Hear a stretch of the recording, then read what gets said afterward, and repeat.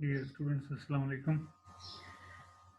Today I am going to record this offline demonstration lecture on digestive system part 4, which will be the last part of the digestive system histology. In this particular demonstration video, we are more concerned with the accessory organs of the digestive system. These accessory organs are actually the organs which are not directly part of the digestive tube. They are not located within the digestive tube. They are located outside of this digestive system, but they release their secretions through ducts in the digestive system, so to help the process of the proper digestion. These accessory organs are the salivary glands, which we have already covered when we were discussing the digestive system part 1. So just to give you the basic idea that the salivary glands are also the accessory organs or accessory glands of the digestive system. Then liver will be discussed in this more precisely because it is the bile producing organ, and that bile is coming in the digestive system and is basically playing a role in the process of digestion. So we will discuss the liver here, and in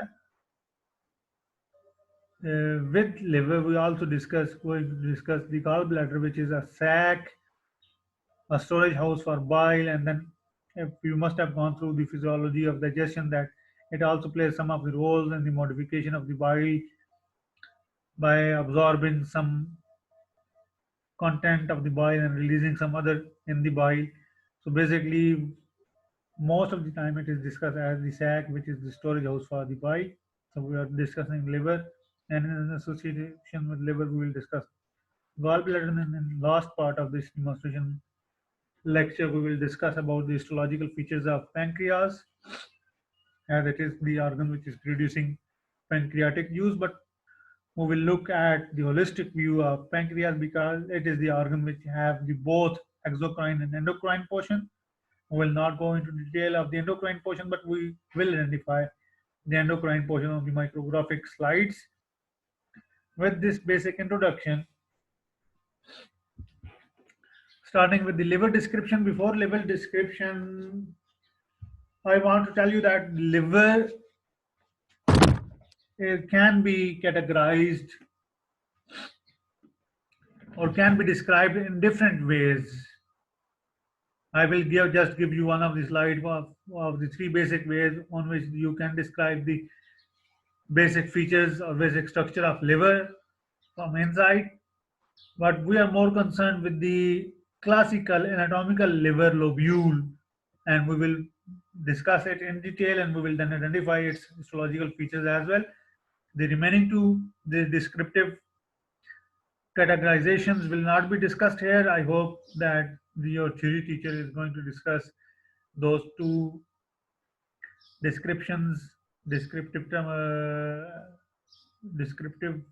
part of the liver along with the liver lobules in your theory class.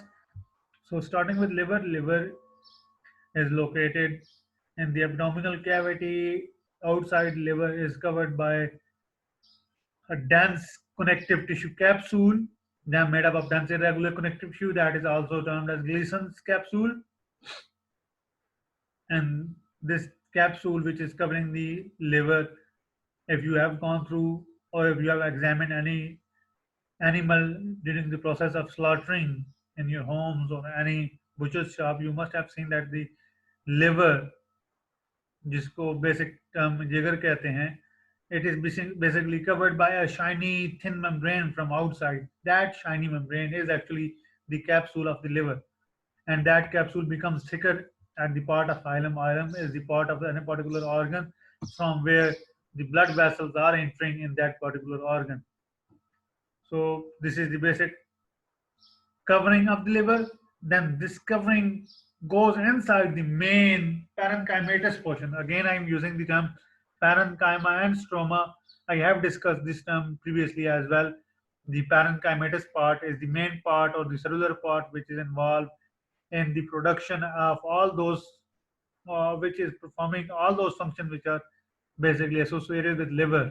Those parenchymatous part is the cells of liver, which are hepatocytes, and then the stromal portion of that liver is all those structures which are present along liver, within liver as well, which is providing support. Like you must have gone through now the capsule, that is the stroma.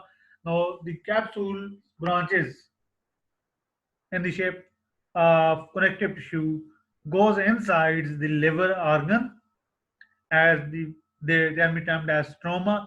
So then they divide the liver classically in hexagonal lobules. Hexagonal means six-sided small divisions, lobules. That hexagonal lobule is termed as the classical or anatomically describing liver lobule. And there are thousands and thousands of those hexagonal lobules present within liver. When we look at the hexagonal lobule, it outside is having portal triads, multiple portal triads on the surrounding boundary of an individual hexagonal lobule. What is triad? We will go into detail. And then in the center of each hexagonal lobule, there will be a vein, which is termed as central vein. And then, just to give you the basic introduction, from that central vein, there are plates of radiating hepatocytes, liver cells, towards the boundary of that lobule. We will just discuss all this on micrograph or schematic diagrams as well. And then between the plates, there are spaces, capillary spaces, which are sinusoids. These sinusoids having endothelial cells as their blood vessels, and then along with endothelial cells, they also have the Kupffer cells, the liver macrophages. And then moving towards the actual part, just to give you the basic last line description in connective tissue, we will find the portal areas. Portal areas are also the portal triads. They are present in connective tissue outside the boundary of the classical hexagonal lobule. So looking at this schematic diagram, on the very left upper part, you are visualizing an outline of a liver anatomical specimen. This specimen is covered by a capsule, and when we take a piece of it and viewed under the microscope, you will find that there are thousands and thousands of smaller units in hexagonal shapes. These are six corners lobules present in liver. These are the classical anatomical descriptive portion of the liver lobule. Within the lobule, there is a central vein, and the boundary of each lobule is formed by the connective tissue capsule branches coming inside the main organ. So these boundaries, which are indicated by the outline, are actually the branches of capsule coming inside the organ. And this is another more magnified schematic diagram of an individual lobule. You can see that this lobule is having a central vein at the very center, and then from that central vein, there are plates of hepatocyte cells radiating towards the boundary of this hexagonal lobule, and then on the boundary there are certain areas which are termed as portal triads or portal areas. What is present inside the portal areas or portal triads, we will discuss with detail in this particular part. Now this is taken from this individual lobule, and this blood vessel in the very center of this lobule is central vein, and then from that central vein there are plates of hepatocytes radiating towards the boundary part of this particular lobule. These are hepatocyte plates, and between plates there are spaces, capillary spaces.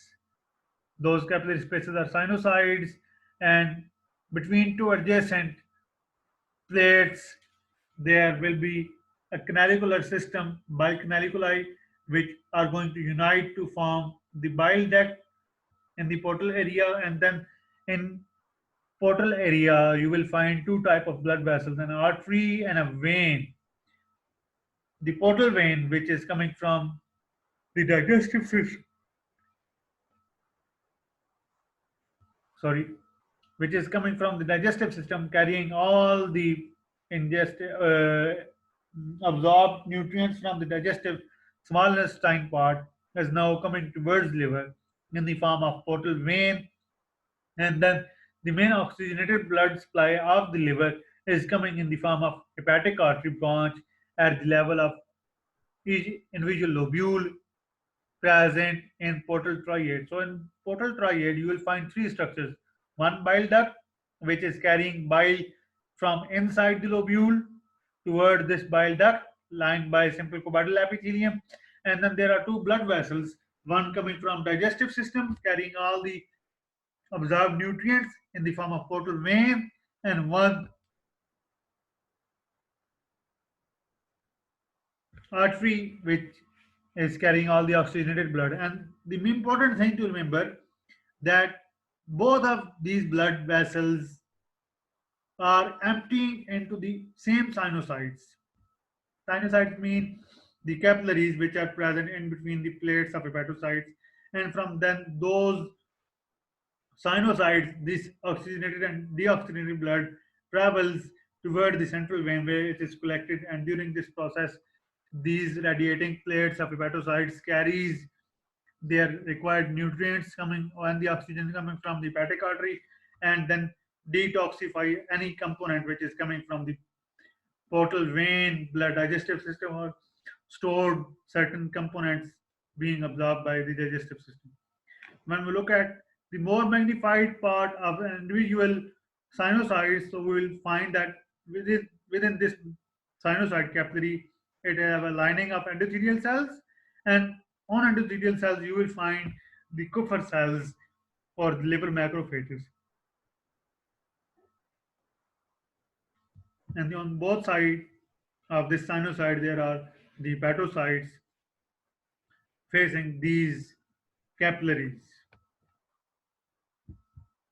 And then this is basically the schematic diagram in which the liver is described in three of its basic categories.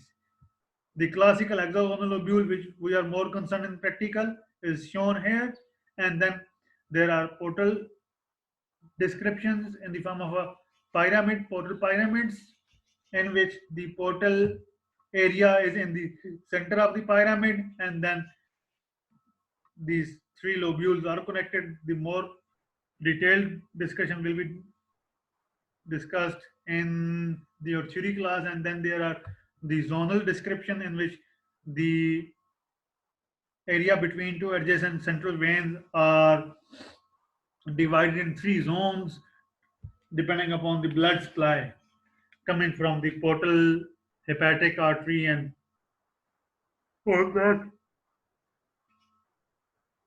basis the area between two adjacent central veins is divided in three different zones.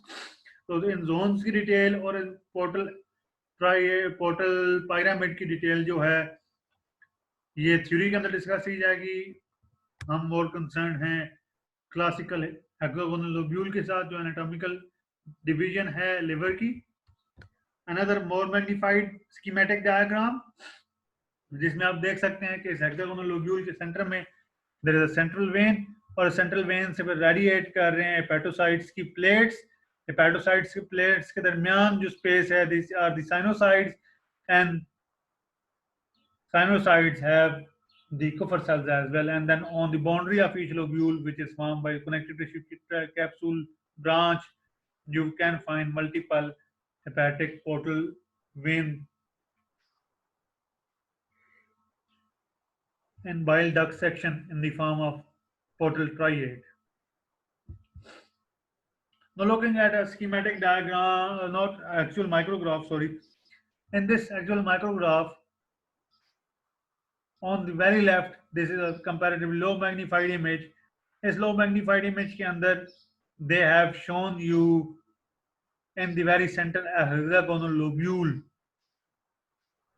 In this particular specimen, in most of the cases in animals except pork or except pig, actually, the boundary of each individual lobule is very difficult to be located. But यहाँ पे आपको कुछ ना कुछ idea जरूर मिल रहा है इस कनेक्टिव टिश्यू ब्रांच के साथ जो इस लोब्यूल को बाहर से लाइन कर रही है, और इसलिए मैंने ये एग्जांपल भी सिलेक्ट की कि यहाँ पे बाउंड्री कुछ ना कुछ एविडेंट है। And then within the lobule you have a central vein, और इस सेंट्रल वेन के इर्द सारा एरिया पैक हुआ है हेपेटोसाइट प्लेट्स का, जो लो मैग्नीफाइड इमेज में और कुछ डिटेल्स नहीं बता रही। Then looking at the boundary there are certain areas जहाँ पे आपको पोर्टल ट्राइएड्स मिल रहे हैं, पोर्टल एरियाज मिल रहे हैं, इनको भी मैग्नीफाई करके दिखाया गया है। But now moving toward this particular part, इस सेंट्रल पार्ट को अगर हम मैग्नीफाई करें or magnified part, you will find a central vein is very central, and then from that central vein there are the plates of hepatocytes radiating towards the periphery, and then there are spaces between them. These spaces are termed as sinusoids, and within these sinusoids you can find the Kupffer cells. Now moving toward the portal area, within portal area you will find a simple cuboidal epithelium lined bile duct, a large lumen but comparatively thin wall portal vein, a rounded thick wall blood vessel in the shape of hepatic artery. For the identification of vein and artery branches, you can take help from the lecture of the cardiovascular system के artery और veins को या arterioles और venules को किस तरीके से differentiate किया जा सकता है माइक्रोग्राफ के ऊपर। In this particular micrograph, which is not stained with HNE1, but the next thing that is important, you can easily identify the boundary connective tissue, interlobular areas, interlobular boundary areas between adjacent lobules. Why there could be two descriptions for this question? Why one of the things that this slide is particularly stained with a stain जिसमें connective tissue fibers blue color देते हैं. The second thing, the important one, that this slide is taken from the liver of pig, and in pig liver, there is lot of connective tissue coming from the capsule going inside to form the boundary part. तो उसमें connective tissue भी ज़्यादा होता है, और secondly ये slide stain भी इसलिए ऐसे stain से की गई है जिसमें connective tissue fibers प्रिसाइजली देखे जा सके। अगर उस लिहाज से देखें तो आपको सेंट्रल वेन नजर आ रही है, दो लोब्यूल्स के अंदर, एक में थोड़ी कोलैप्स्ड है। बाउंड्री पार्ट में देखें तो इन बाउंड्री पार्ट्स के ऊपर आपको डिफरेंट एरियाज नजर आ रहे हैं। They are the portal triads. इन पोर्टल ट्राइएड्स को आगे हम दोबारा से मैग्नीफाई करेंगे। Again a boundary line indicated by the red classical lobule, and then the central vein is indicated by the red circle. Then between the central vein and the lobule boundary there are plates of hepatocytes, और on plates के दरमियान में जो spaces हैं they are the sinusoids, and then on the boundary part between adjacent lobules you can find portal areas or portal canals.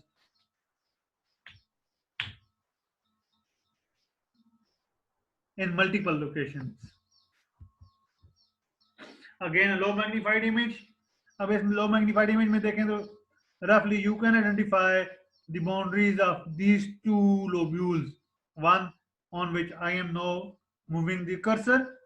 This is a lobule with its central vein here, and then this is the lobule which have its central vein here. और उसके अंदर आपको pinkish colour का stand area नजर आ रहा है because of the pinkish staining of the hepatocytes, and उनके दरमियान में कुछ कुछ कहीं कहीं जगह पे आपको लाइट स्ट्रीक्स नजर आ रही हैं कलर की. These are actually the sinusoids. And in the next micrograph, we will surely going to magnify this central part of the adjacent lobule, which have its central vein here. अब इसमें देखें तो lobule की boundary के साथ साथ अंदर there is a central vein. Then on the greenish pointer there are the light color whitish streaks. These are actually the sinusoids, and then the pinkish color individual cells are the hepatocytes. And if we magnify the portal area, here you can easily distinguish between the three structures present in the portal trioids. A simple cuboidal lining duct, bile duct, then irregular lumen thin wall structure as hepatic portal vein, and then rounded lumen thick wall structure having more muscular components, smooth muscles in it, tunica media, or the hepatic arteries or arterioles. Now next, gallbladder. Gallbladder is a muscular sac which is attached on one side with liver, and one of the surface of this sac is exposed in the cavity, and one side it is attached with the liver. Its sac is basically a storage house for the bile which is coming from liver. It is temporarily stored in this sac. The wall of the sac is usually composed of three tunics: tunica mucosa, tunica muscularis externa, adventitia, and serosa. Here comes a difference which is present in some of the text which I am following for your practical and you are recommended to follow is DeForest Atlas, and DeForest Atlas describe that there is no submucosa. So on that basis, it has three tunics: tunica mucosa, tunica muscularis externa, and adventitia. In tunica mucosa, the first part of the mucosa which is lining the sac is epithelium. That epithelium is simple columnar epithelium, and then below simple columnar epithelium, you will find some certain amount of lamina propria, and then there are no muscularis mucosae. There are no muscles of mucosa in this particular organ. On this basis, absence of muscularis mucosae, some of the authors goes with the point that although this organism have four tunics, but lamina propria connective tissue and सब mucosa connective tissue जो इसके बाद वाली layer हो सकती है उसमें क्योंकि डिमार्केशन बाउंड्री पॉइंट नहीं है तो वो दोनों इकट्ठे हो सकते हैं in the shape of lamina propria and सब mucosa termed as propria submucosa. तो कुछ टेक्स्ट यहाँ पे कहेंगे propria submucosa की टर्म और हम स्टिक करेंगे three tunics की terms के साथ. Muscularis externa, which is comparatively poorly developed, have smooth muscle bundles, but in between smooth muscle bundles, there are collagen and elastic fibers, and there are no further categorization of inner circular and outer longitudinal, which we have discussed all the way in the digestive system tube. In gallbladder, there is only muscularis externa made up of smooth muscles encircling this sac. So there are no further categorization of inner circular and outer longitudinal subdivisions of muscularis externa. But this poorly developed muscularis externa also have collagen and elastic fibers in addition to smooth muscle. And then this organ have both adventitia and serosa. How? We have discussed just now that the one side of this organ is attached with liver. So that side which is attached with liver will have only connective tissue, and then that side will be termed as having adventitia, and the side of this gallbladder which is exposed in the abdominal cavity is lined by tunica serosa. Looking at this micrograph, this is the muscular sac cross section. gallbladder का cross section है जो liver के साथ attach हुआ दिखाई दिया है.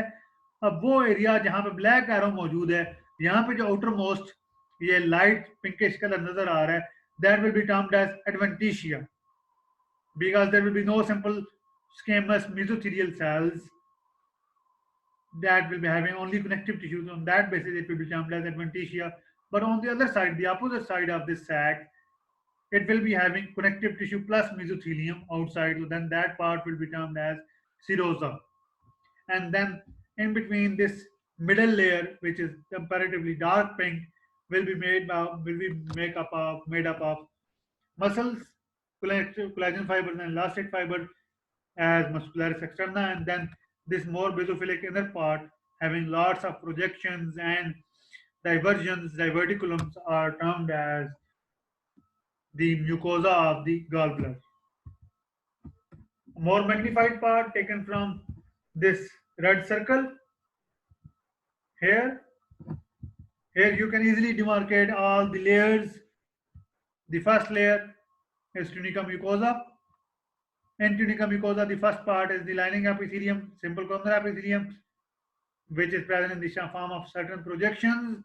The projections core and some lower part is made up of the lamina propria. And in this particular micrograph, which is taken from one of the online resources, they are describing the lower layer as lamina propria plus submucosa combined. because there is no boundary between submucosa and lamina propria in the shape of muscularis mucosae, but हम जिस text को follow कर रहे हैं वहां पे सारे area को एक ही नाम दिया जा रहा है, lamina propria का. There is no submucosa. Then comes this dark clay stained area, which is made up of muscle band. It is the tunica muscularis of the gallbladder, and then outside this connective tissue layer surrounded by simple squamous epithelium, mesothelium.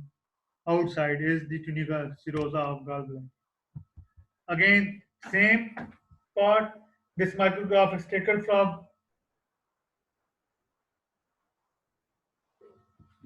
DeForest book. DeForest की book में आपको कुछ additional diverticula या crypts मिलेंगे. These diverticula or crypts are actually formed due to the projections of the tunica mucosa in the form of folds. Folds की वजह से जो diverticula बन रहे हैं उनको उन्होंने लेबल किया हुआ है. और इन डाइवर्टिकुला का कुछ क्रॉस सेक्शन नजर आ रहे हैं, तो ये ग्लैंड्स नहीं है, ये उन्हीं डाइवर्टिकुला के क्रॉस सेक्शंस हैं जो ऊपर प्रोजेक्शन में म्यूकोसल फोल्ड्स की वजह से बन रहे हैं. Then comes the lamina propria and then muscularis externa made up of smooth muscles, elastic fibers and collagen fibers, and then comes the connective tissue lined simple squamous mesothelial cells in the form of tunica serosa. Again, a magnified micrograph of the same organ, lining epithelium, simple squamous epithelium, simple columnar epithelium. Then there comes the core connective tissue, and then lower connective tissue in the form of lamina propria. Then these mucosa are actually found present in the form of folds, which are forming the diverticulas, and then below that, this darkly colored stained band area is the muscularis externa in the form of smooth muscles, and then outside it could be adventitia or serosa, depending upon the side of the gallbladder. And the last part, the pancreas. Pancreas is an organ which have the both exocrine and endocrine portions. So we were discussing the endocrine and exocrine portion both, but on outside the pancreas is also covered by a connective tissue capsule. That connective tissue capsule forms the boundary of this pancreas, and then move inside the main parenchymatous part of this organ, which is the exocrine pancreas and endocrine pancreas, and form the boundaries of the lobules of the pancreas. If we look at the exocrine portion, it within the individual lobule formed by the connective tissue capsule, you will find the serous acinous adenomeres. So these serous acinous having zymogen cells are actually the main exocrine parenchymatous portion of the exocrine pancreas. They are arranged in the form of acini, and then acini opens into the intercalated ducts within the lobule, which are lined by simple coloboidal epithelium, and then intercalated ducts open into the intralobular duct.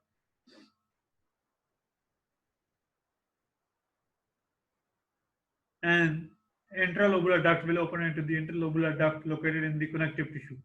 We will identify them individually in coming micrographs.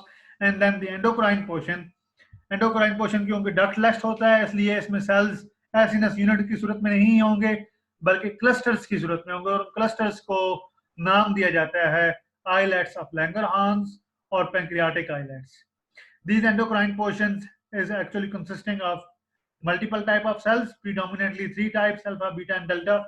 We will not identify these individual cells, और आपसे में exams में पूछा नहीं जाएगा कि आप alpha और बीटा डेल्टा सेल्स को एंडोक्राइन पैंक्रियाज में या आइलेट्स के अंदर आइडेंटिफाई करें, बट आइलेट्स की आइडेंटिफिकेशन जरूर करवाई जाएगी आपसे पैंक्रियाज में, और आइलेट्स की प्रेजेंस ही आपको हेल्प करेगी पैंक्रियाज को और सलाइवरी ग्लैंड में पैरोटिड सलाइवरी ग्लैंड्स को डिमार्केट करने में. रीजन भी है, पैरोटिड सलाइवरी ग्लैंड्स में भी तमाम के तमाम एसिनस सीरस हैं, और पैंक्रियाज में भी तमाम के तमाम सीक्रेटिंग एक्सोक्राइन पोर्शन में जो एसिनस हैं वो सीरस हैं. तो ये सीरस एसिनस का दोनों जगह पे होना स्टूडेंट को कंफ्यूज करता है लैब में पैंक्रियाज और पैरोटिड ग्लैंड्स को डिफरेंशिएट करने में. तो उसके लिए जिस चीज से हम हेल्प लेंगे, that will be the presence of endocrine cells clusters in the form of islets of Langerhans. और लो मैग्नीफाइड इमेज जिसमें आपको पैंक्रियाज नजर आ रही है, और पैंक्रियाज के साथ साथ आपको कनेक्टिव टिश्यू बाउंड्रीज के एरियाज वाइट कलर में नजर आ रहे हैं. जो इसको डिवाइड कर रहे हैं लोब्यूल्स के अंदर। और अगर हम लोब्यूल को गौर से देखें तो लोब्यूल के अंदर हमें कुछ डार्क स्टेन्ड एरिया सेल्स नजर आ रहे हैं और डार्क कलर स्टेन्ड एरियाज के दरमियान में हमें कुछ लाइटली स्टेन्ड एरियाज नजर आ रहे हैं क्लस्टर्स की सूरत में। तो these lightly stained clusters are islets of Langerhans. Islets of Langerhans, which are clusters of alpha, beta, and delta cells, are always, remember, always lightly stained than the exocrine pancreatic acinus and are present in the form of lightly stained clusters. तो इन clusters का present होना आपको help करेगा demarcate करने में लो magnified image में parotid salivary gland और pancreas को। अगर हम इसी पेंक्रियाज में से इस रेड स्क्वायर को मैग्नीफाई करें तो what you will find inside the red square, you will find lots of serous acini, and in between serous acini you will find clusters of cells which are very lightly stained. These clusters of lightly stained cells which are encircled by the white circle are islets of Langerhans. The presence of islets of Langerhans will help you to demarcate between pancreas and parotid salivary glands. If we look at an individual serous acinars, so the individual cells are exhibiting basophilia because of the presence of lots of fresh endoplasmic reticulum around nucleus. तो ये sales जो इस acinus के अंदर मौजूद हैं उसमें bezel part उनका बेजोफिलिक है, why because of presence of rough endoplasmic reticulum and the apical portion which is opening toward the main lumen of this acinus is eosinophilic, pinkish. This pinkish appearance is due to this accumulation of the secretions in the shape of zymogen granules. So zymogen granules apical portion को eosinophilic staining दे रहे हैं और rough endoplasmic reticulum जो bezel side पे हैं sales की nucleus के इर्द वो उस एरिया को बेजोफिलिक करेक्टरिस्टिक देख रहे हैं जो आपको सराउंडिंग एसिनस के अंदर मिल रहा है कि बेजोफिलिक बेजल पार्ट जो सेल एसिनस का है बेस की तरफ वाला इट इज बेजोफिलिक और जो ल्यूमिनल की साइड पे पार्ट जा रहा है एपिकल पार्ट जा रहा है इन सेल्स का it is eosinophilic because of the zymogen granules. Again comparatively low magnified image but still इसमें आपको इंडिविजुअल लोब्यूल्स उनकी बाउंड्रीज नजर आ रही हैं। अब अगर हम लोब्यूल के अंदर देखें तो लोब्यूल के अंदर हमें कुछ लाइटली स्टेन्ड क्लस्टर्स नजर आ रहे हैं, यहाँ पे काफी प्रोमिनेंट है which is islets of Langerhans, and then within the lobule you can find the individual acini which are basophilic towards base and eosinophilic towards the center. These are the exocrine portion of the pancreas, serous acinus, and in between serous acinus you can locate different levels of duct. Here is one of the duct is intercalated duct, and then within the lobule you will find intralobular duct. Then these intralobular ducts will open into the interlobular ducts. Interlobular ducts की खास पहचान के इनके इर्द गिर्द काफी ज्यादा collagen fibre इकट्ठा हुआ होता है। कनेक्टिव टिश्यू ट्रेबिकुली के अंदर होंगे ब्रांच के अंदर, plus there will be lot of connective tissue around these blood vessels which is not the case of interlobular duct. Again a more magnified part जिसमें डक्ट्स को और एसिनस को इलाज से करके दिखाया गया है और लोअर हाफ में एक क्लस्टर नजर आ रहा है islets of Langerhans, but still I have chosen this micrograph की यहाँ पे इलाज से उन्होंने लेबल किया हुआ है, बट इस तरह का माइक्रोग्राफ एग्जाम में आएगा नहीं क्योंकि बहुत ज्यादा कंफ्यूजिंग हो सकता है। This kind of micrograph will be asked with you people in your exam.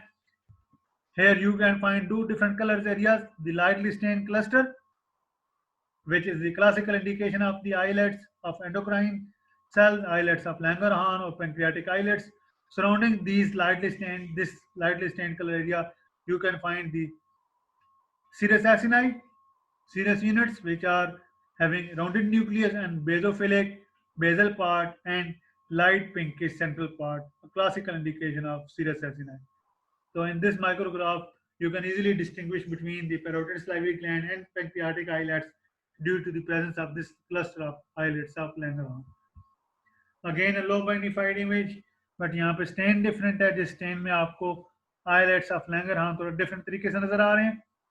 and then the remaining portion is made up of the lobules having serous acini. With this, now I am finishing this recorded lecture demonstration part. If you have any question, go through this video and the PPT which I am going to share with you people, and then you are going to ask questions on your actual Zoom meet, Google Meet session, which is going to be happen on Thursday. This is the last lecture before the Eid. So you are requested to go through this lecture before Eid and ask your questions on Thursday section. So you can't have any pending work during your Eid holidays.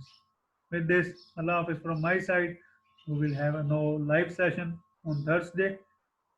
Till then, Allah Hafiz.